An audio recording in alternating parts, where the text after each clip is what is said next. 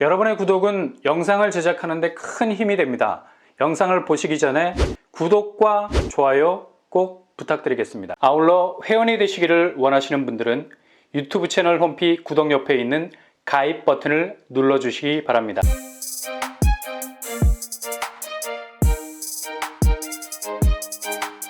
안녕하세요. 뻔뻔한 목독방입니다. 최근 들어서 아파트 매물 중에 급매물이 거의 소진이 되어가고 있는 분위기입니다.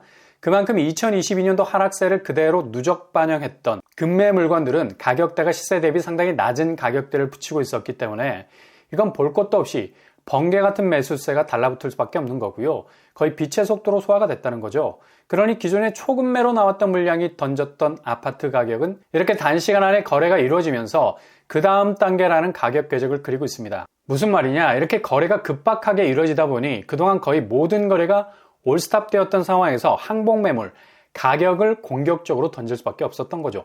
작년 말까지만 해도 이런 매물이 백기를 들고 아파트 시세 자체의 판도를 완전히 뒤엎을 정도의 가격 하락세라는 파괴력을 불러왔었습니다.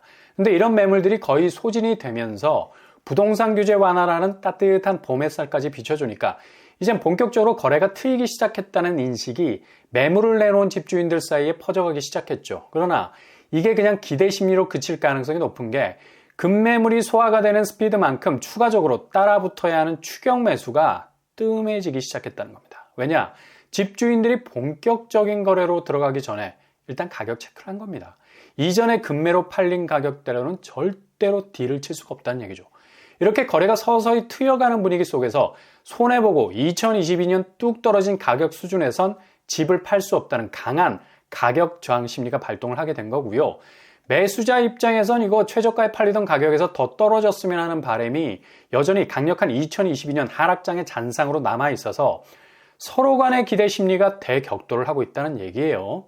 결국 팽팽한 매도, 매수자 간의 가격 줄다리기 싸움이 지속이 되고 있는 상황이죠. 이런 와중에도 끊임없이 아파트 매물이 3월을 지나면서 본격적으로 쏟아져 나오고 있습니다. 결국 약간의 거래 반등이 일어나고 있는 지금 상황에서 최대한 가격대를 올려서 매도를 쳐보자는 생각이 강하게 들 수밖에 없는 건 집주인들, 그러니까 매도자 입장에선 상반기까지 집을 팔지 못하면 이후에는 이보다 더 가격을 후려쳐서 물건을 내놔야 하는 불안 심리가 저변에 쫙 깔려 있습니다. 지금 대외 여건이 향후 집값 추이를 견고하게 떠받칠 정도의 부동산 반등의 분위기를 이끌어주지 못하고 있는 상황 아닙니까? 기준금리 인상 여부를 떠나서 금융위기가 올 수 있다는 불안감, 특히 국내에서는 부동산과 연관된 PF 대출 불안 요소로 부동산 시장이 한 방에 뻑갈 수 있다는 위기감도 커지고 있는 상황이라 향후 집값 반등을 논하기란 상당히 불안 요소가 커지고 있는 분위기를 할 수 있죠.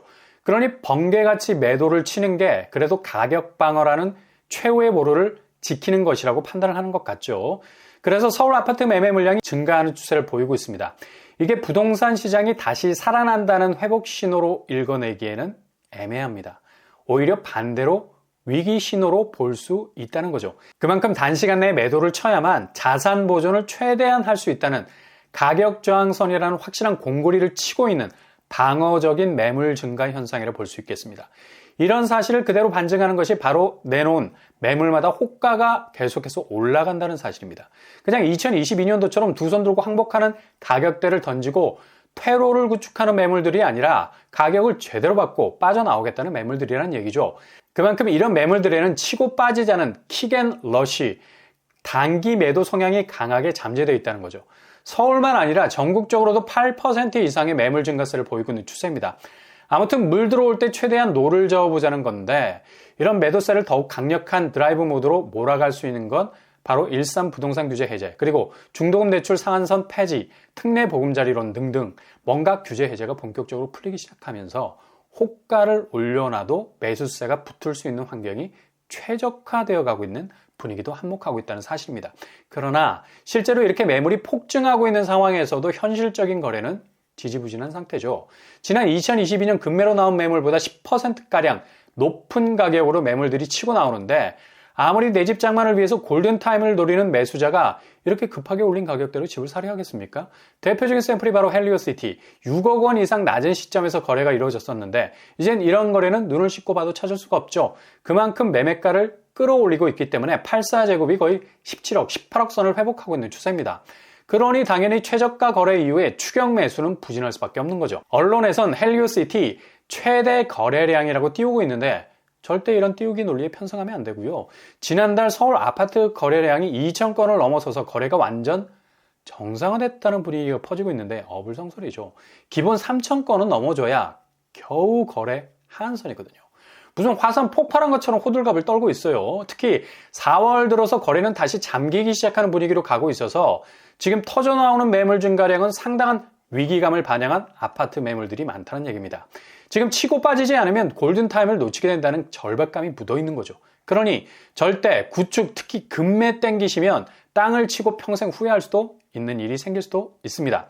지금 전세가가 상당히 불안한 모습을 보이고 있는 것도 무턱대고 매매가를 높일 수 있는 처지가 못 된다는 얘기죠. 수도권 아파트 5채 중 4채가 전세가 6억 이하로 떨어져 버린 상태고요. 거의 반토막이 난 곳들이 즐비하죠.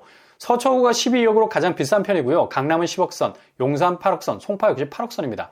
상급지도 많은 낙폭을 기록한 전세가, 월세로 전환했던 수요층들이 전세 대출 이자가 진정세를 보이면서 동시에 이젠 전세가가 어느 정도 현실적으로 접근 가능한 범위까지 오고 있어서 다시 전세로 유턴하는 조짐도 보이고 있죠.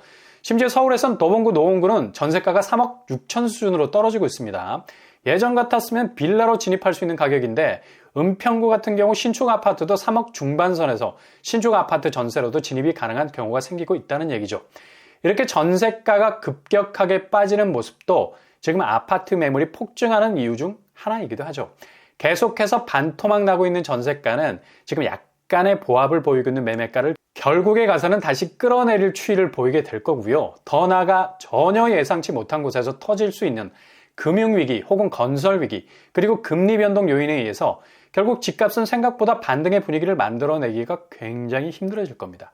그러니 지금의 매물 폭증은 다시 한번 매의 눈으로 쳐다봐야 할 물건들이고요. 쉽사리 접근했다가 평생 후회할 일이 생길 수도 있습니다. 상반기 일반 매물 폭증 현상은 그만큼 향후 집값이 2차 하락을 맞을 수 있는 저변에 깔린 매도 심리이기 때문에 한 박자 더 늦춰서 가시는 것이 위기를 피해갈 수 있는 로드맵이 될 수 있을 것 같습니다.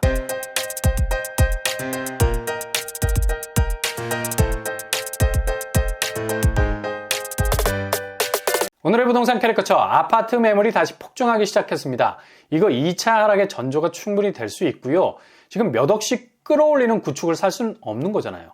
다시 집값이 휘청거릴 수 있는 가능성도 있어서 잘못 진입했다가는 피박을 맞을 수도 있겠습니다. 그러니 신중하고 조심스럽게 금매 물건은 보시면서 평생 후회할 수 있는 선택지는 손절하실 수 있길 바랍니다. 오늘 하루도 여러분의 길이 꽃길만 되실 수 있길 바랍니다. 이상으로 뻔뻔한 복덕방을 마치겠습니다. 구독과 좋아요 부탁드립니다. 감사합니다.